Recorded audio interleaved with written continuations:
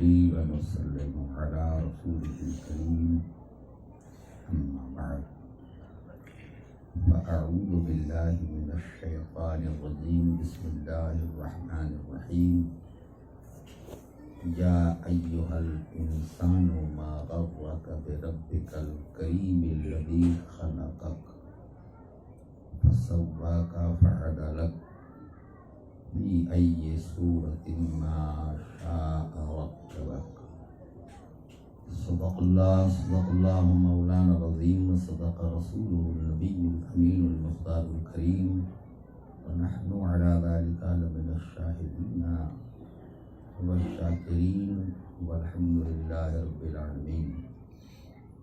بارگاہ مصطفیٰ صلی اللہ علیہ وسلم میں نہایت ہی ادب و احترام کے ساتھ درود و سلام کا نذرانہ بآواز بلند پیش کریں اور پڑھیں۔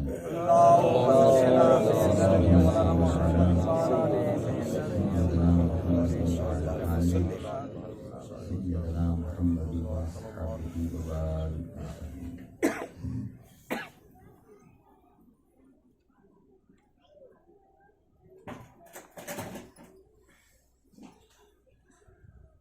ایصال ثواب کی نیت سے آج کی یہ مجلس رکھی گئی ہے، اللہ تبارک و تعالیٰ اسے شرف قبولیت سے سرفراز فرماتے ہوئے مرحوم حاجی ابراہیم کی مغفرت کا ذریعہ بنا دے اور ان کے پیچھے رہنے والوں کو صبر جمیل کی توفیق عطا فرمائے۔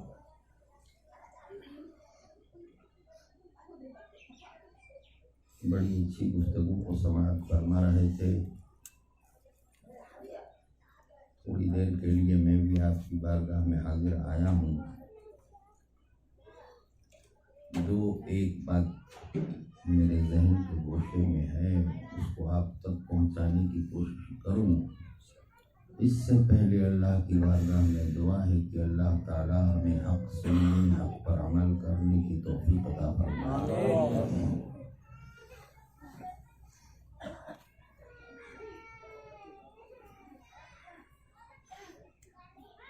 اللہ ماشاء اللہ، جس کو دیکھو آج غفلت کی زندگی گزار رہا ہے۔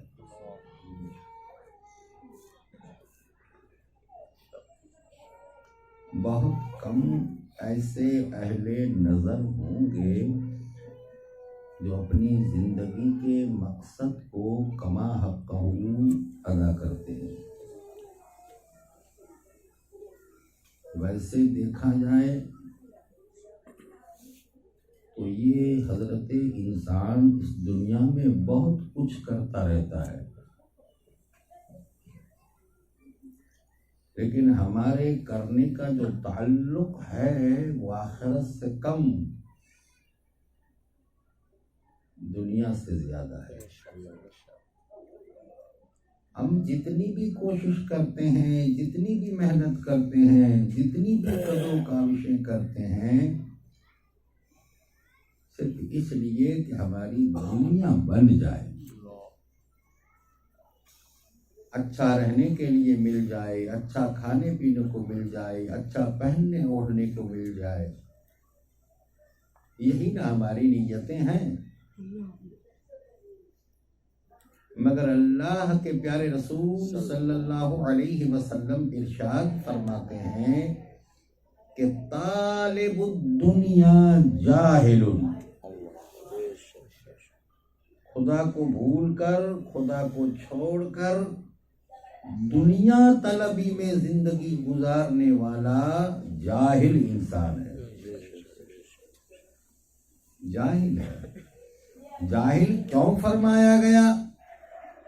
کہ دنیا اور دنیا کی حقیقت تو ہر انسان اپنی آنکھوں سے دیکھتا ہے، جو آتا ہے وہ جا رہا ہے، جو چیز بنتی ہے بگڑتی ہے، ہر ایک شے کو ختم ہوتے فنا ہوتے انسان خود اپنی آنکھوں سے دیکھتا ہے۔ تو بجائے عبرت لینے کے، بجائے نصیحت حاصل کرنے کے، یہ انسان دنیا کی خوبیوں اس کی رعنائیوں میں منہمک ہو جائے تو پھر اس سے بڑا جاہل کون؟ معلوم ہی ہے کہ دنیا فانی، اور اندھیرے میں تو نہیں رکھا اللہ نے اور اللہ کے پیارے رسول نے. کل من علیہا فان، یہ فرما کر بتا دیا کہ ہر شے منزل فنا پر پہنچے گی، کوئی چیز تو باقی نہیں رہے گی خدا کی ذات کے سوا. تو ہر ایک شے کو آنکھوں سے دیکھ کر نتیجہ سمجھ کر پھر بھی اسی دنیا کے پیچھے اپنی زندگی کو رائے گاں اور برباد کرے تو پھر اس سے بڑا جاہل اور کون ہے؟ سرکار کا ارشاد حق ہے کہ طالب الدنیا جاہل، یہ جہالت بری زندگی ہے.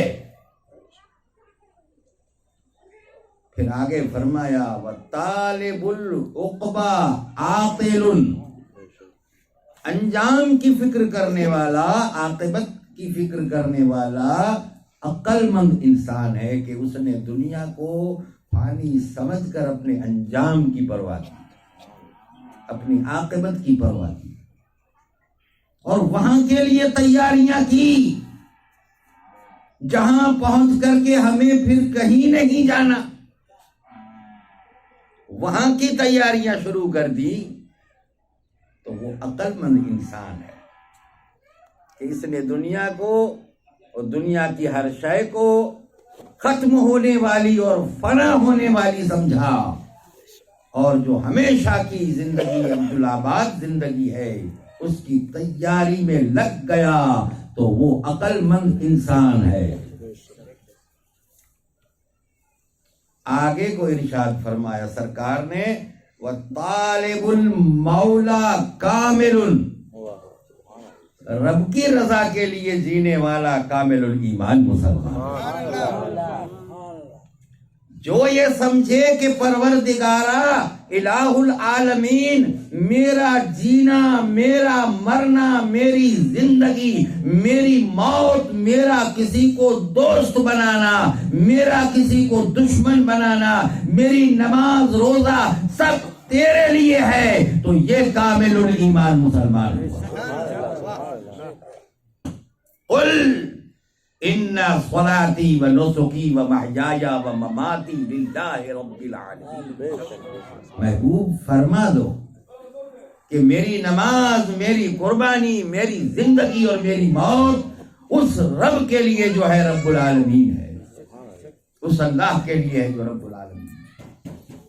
تو جو رب کی رضا کے لیے زندگی گزارتا ہے، رب کی رضا کے لیے اپنی زندگی کے شب و روز کو گزارتا ہے، تو وہ ہے کامل الایمان مسلمان.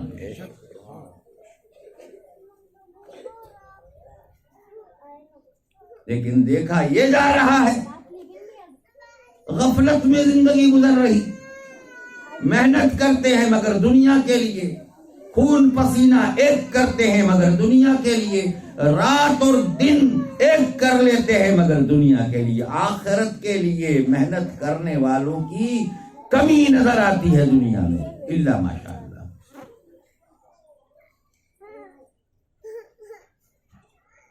رب کیا فرماتا ہے، جھنجھوڑتا ہے ہمارے قلب کو، ہمارے ضمیر کو، ہمارے احساس کو جھنجھوڑ رہا ہے.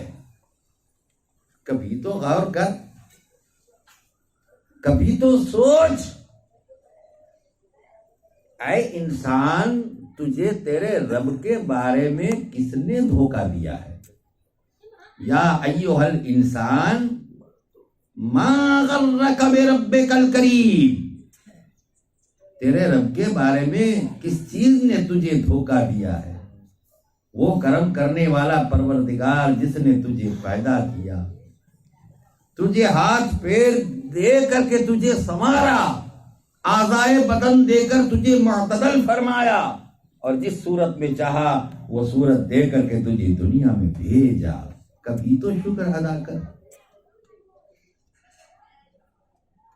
کبھی تو اس رب کی عبادت کر جو تیری زندگی کا مقصد ہے، ورنہ یہ تو حقیقت ہے کہ ایک دن تو جائے گا۔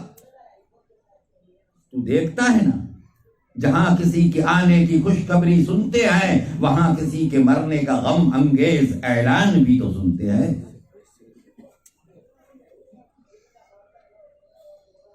کتنی مشکل زندگی ہے، کس قدر آسان ہے موت۔ علامہ اقبال کہتے ہیں کتنی مشکل زندگی ہے، کس قدر آسان ہے موت، گلشن ہستی میں مانند نسیم ارزاں ہے موت۔ قلب افلاس میں دولت کے کاشانے میں موت، غریبوں کی جھوپڑی میں جہاں موت کا منظر دیکھا جاتا ہے وہاں امیروں کے محلات میں بھی تمہیں موت کا منظر نظر آئے گا۔ قلب افلاس میں دولت کے کاشانے میں موت، دست و در میں شہر میں گلشن میں ویرانے میں موت۔ جنگلوں میں موت ہے، ہر دروازے پر موت آتی ہے، ہر گلشن میں موت ہے، ہر صحرا میں موت ہے، کہاں کہاں موت کا راج نہیں ہے۔ دست و در میں شہر میں گلشن میں ویرانے میں موت۔ موت ہے ہنگامہ آرا قلزم خاموش میں، ڈوب جاتے ہیں سفینے موت کی آغوش میں۔ ڈوب گئے، کس کو رہنا ہے؟ آئی ہچکی موت کی اور چل سے۔ اللہ جھنجھوڑ رہا ہے کہ جس نے تجھے بولنے کے لیے زبان عطا فرمائی، سوچنے کے لیے دماغ عطا فرمایا، کام کرنے کے لیے ہاتھ عطا فرمائے، چلنے کے لیے پیر عطا فرمائے، تجھے اعضائے بدن دے کر کے بڑا معتدل کیا اور اچھی تقویم سے تجھے پیدا کیا۔ لقد خلقنا الانسان فی احسن تقویم، بڑی اچھی تقویم سے تجھے پیدا کیا، اس کا بھی تجھے ذرا احساس نہیں؟ ہاتھ کام کرنے کے لیے ضرور دیے مگر سب کچھ نہیں، آنکھ دیکھنے کے لیے تجھے عطا فرمائی مگر سب کچھ نہیں، زبان بولنے کے لیے تمہیں عطا فرمائی مگر سب کچھ نہیں، تیرے لیے دائرہ بنا دیا ہے، تیرے لیے حد بندی کی گئی ہے، تیرے لیے دائرہ کھینچ دیا گیا ہے۔ حد میں رہنا جسے ہم شریعت مطہرہ کہتے ہیں، یہ ہمارے لیے حد بندی ہے، ہمارے لیے ایک دائرہ ہے۔ ایک بال کے برابر بھی تجاوز کرے گا تو غضب ربانی کو تو ابھار لے گا، خدا کا غضب ٹوٹ پڑے گا۔ ہے آج ہم حد میں، جو چاہو کرو، جو چاہو سنو، جو چاہو دیکھو، جیسا چاہو سوچو۔ کیا ہم رب کی رضا کے لیے جیتے ہیں؟ من چاہی کرتے ہیں دنیا میں، مگر یاد رکھو یہ جو، حالانکہ یہ اللہ کی بڑی قدرت کا نام ہے، انسان بڑا فلسفے کی بات آ جائے گی، بڑی لمبی طویل گفتگو ہو جائے گی۔ میں آپ کو بتاؤں کہ یہ اللہ نے انسان کو کیسی قدرت کاملہ سے پیدا فرمایا۔ یوں سمجھو کہ یہ انسان مظہر قدرت الہی کا نام ہے۔ انسان ایسی طاقت و قوت کا نام ہے کہ جس کی ذات سے اللہ کی قدرتیں ظہور پذیر ہوتی ہیں، اللہ کی قدرتیں ظاہر ہوتی ہے۔ بلکہ یہ انسان یوں سمجھو تو ایک مکمل کائنات کا نام ہے۔ سبحان اللہ، ایک مکمل دنیا کا نام ہے انسان، مگر خود انسان اس سے بے خبر ہے۔ آشکارا، اقبال کہتے ہیں آشکارا ہے یہ اپنی قوت تسخیر سے، گرچہ ایک مٹی کے پیکر میں نہا ہے زندگی۔ ایک مٹی کے پیکر میں 5 فیٹ کا مجسمہ نظر آتا ہے، مگر تو اپنے آپ کو تو دیکھ، تو اپنے آپ پہ غور کر، تیری قدرتوں کا، تیری طاقتوں کا، تیری قوتوں کا بذات خود مشاہدہ کر کہ تو کیا کر سکتا ہے اس کائنات میں۔ تو نے یہ کیا غضب کیا اے اللہ، تو نے یہ کیا غضب کیا، مجھ کو بھی فاش کر دیا، میں ہی تو ایک راز تھا سینہ کائنات میں ہی تو ایک راز۔ یہ اللہ کا راز کہو تو راز ہے، اللہ کی قدرتوں کا مظہر کہو تو مظہر ہے، مگر اے انسان تو بے خبر ہو گیا خود اپنی ذات سے، تجھے اپنا تعارف حاصل نہیں، تجھے اپنی پہچان نہیں کہ تو کیا ہے، کیا ہو سکتا ہے اور تو کیا ہو رہا ہے، نہیں پتا۔ لگے ہیں بس ایسے ہی زندگی گزارنے میں، ساری محنتیں دنیا کے لیے، آخرت کے لیے کم، مگر ہمارے بزرگوں کو دیکھو، ہمارے اسلاف کو دیکھو، جن کا جینا، جن کی زندگی کی ایک ایک سانس، جن کی زندگی کا ایک ایک لمحہ خدا کے لیے معاف کر۔ اگر یہ بات نہ ہوتی، اگر یہ بات نہ ہوتی تو کربلا میں حسین شہید نہ ہوتے۔ ثابت کر دیا میدان کربلا میں امام علی مقام نے، اے خدا یہ جان دی ہوئی اسی کی ہے، حق تو یہ ہے کہ حق ادا نہ ہوا۔ اے اللہ یہ سب تیرا ہی تو ہے، میری زندگی تیرے لیے، میری موت تیرے لیے، میرے بدن کا بال بال تیرے لیے، میرا سراپا تیرے لیے ہے، تو راضی لے میں نے تجھے سب سونپ دیا۔ یہ فلسفہ سمجھایا، یہ فلسفہ دنیا کے سامنے رکھا شہید مظلوم نے، کربلا کے میدان میں امام علی مقام نے یہ اعلان کر دیا، مگر ہے اس کی پاسداری، ہمیں ہے اس کی پاسداری۔ آج ہم کیا کرتے ہیں امام حسین کی یاد میں؟ جائز طور طریقے کم ہیں، ناجائز بہت ہے۔ یاد حسین شور ماتم میں کہیں تیغ کی جھنکار نہیں، اقبال کہتے ہیں شور ماتم میں کہیں تیغ کی جھنکار نہیں، لب پہ نالے ہیں مگر ہاتھ میں تلوار نہیں۔ بس نالا و فریاد کرتے ہیں، روتے ہیں، چیختے ہیں، چلاتے ہیں، یہ سب کچھ تو دنیا میں دیکھا جا رہا ہے، مگر یہ فقر خان کا ہی ہے، غم و اندوہ دلگیری، نکل کر خانقاہوں سے ادا کر رسم شبیری۔ شبیری کردار کہاں ہے، شبیری جذبہ کہاں ہے، حسینی ولولہ کہاں؟ میرے پیارو، ان ہمارے اسلاف نے اپنی زندگی کو ہمارے سامنے رکھا کہ دیکھو جسے اسلام کہتے ہیں ہمیں دیکھ لو، چلتا پھرتا اسلام، چلتی پھرتی شریعت، سب کچھ خدا کی راہ میں قربان کر دیا۔ دنیا کے لیے کر رہے ہیں، آخرت کے لیے کیا ہو رہا ہے ہم سے؟ دیکھو تو صحیح کربلا کے عجب مذاق ہے اسلام کی تقدیر کے ساتھ۔ کیا ہوا ہے کربلا میں؟ کون تھے جو امام کے مقابلے پر تھے؟ کلمہ پڑھنے والے تھے، نماز پڑھنے والے تھے، تسبیح گھمانے والے تھے، وہی تو تھے کربلا کے میدان میں، مگر عجب مذاق ہے اسلام کی تقدیر کے ساتھ۔ کٹا حسین کا سر کربلا میں، کٹا حسین کا سر نعرہ تکبیر کے ساتھ، کتنا مذاق! نماز پڑھنے والے، روزہ رکھنے والے، تسبیح گھمانے والے کربلا کے میدان میں، کیونکہ ان کے دل دماغ پر دنیا کی لالچ کا بھوت عفریت بن کر کے مسلط ہو چکا تھا۔ دنیا کی لالچ بھی آ کر کے یہ نہ جانا کہ نواسہ رسول کا مقام کیا ہے، حسین ابن علی کا مقام کیا ہے۔ کیا فرمایا نبی نے؟ الحسینان ریحان، یہ دونوں میرے نواسے میرے لیے مروہ کے پھول ہیں۔ دیکھیے حکمت تو دیکھو سرکار کی، حکمت دیکھیے، لفظوں پر غور کیجیے۔ الحسن والحسین یعنی الحسینان ریحان، یہ دونوں میرے مروہ کے پھول ہیں.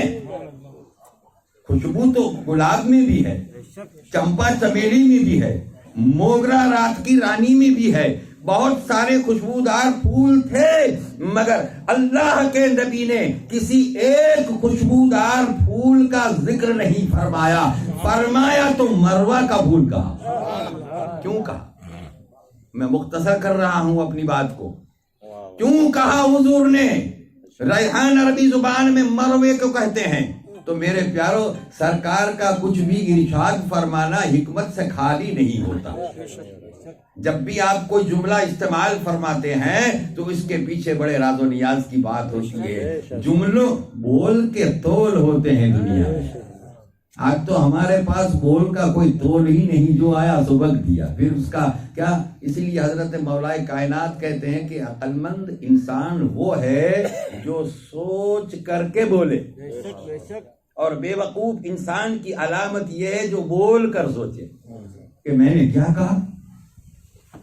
تو اللہ کے رسول کا ارشاد فرمانا اور کسی بھی معاملے میں کسی لفظ کا استعمال کرنا بے معنی اور بے مطلب کے نہیں.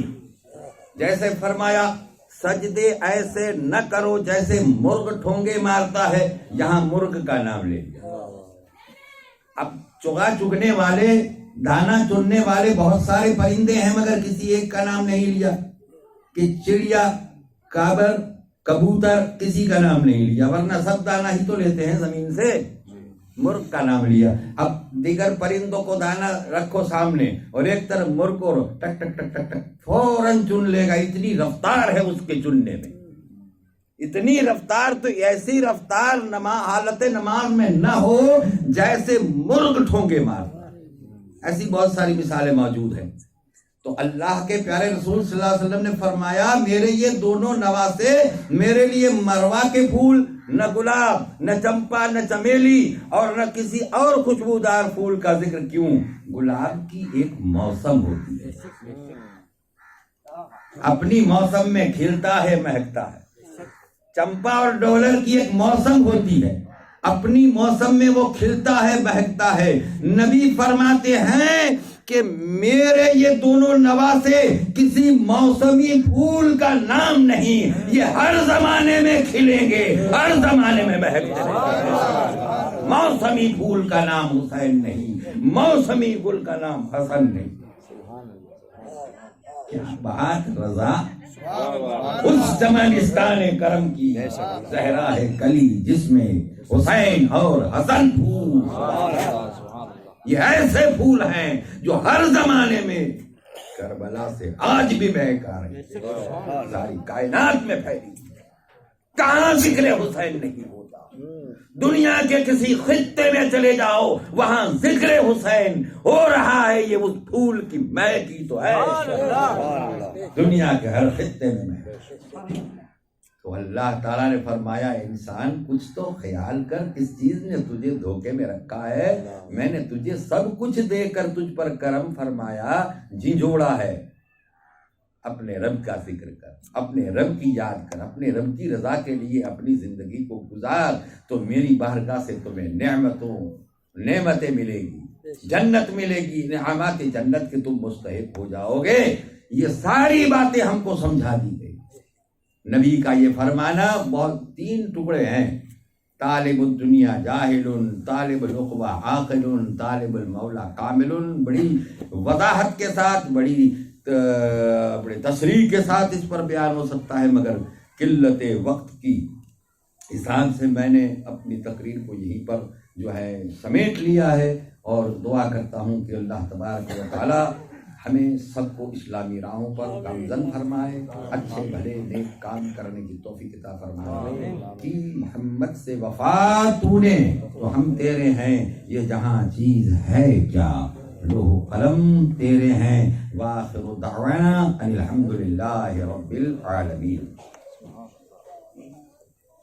صلاۃ والسلام کے لیے کھڑے ہو جاؤ.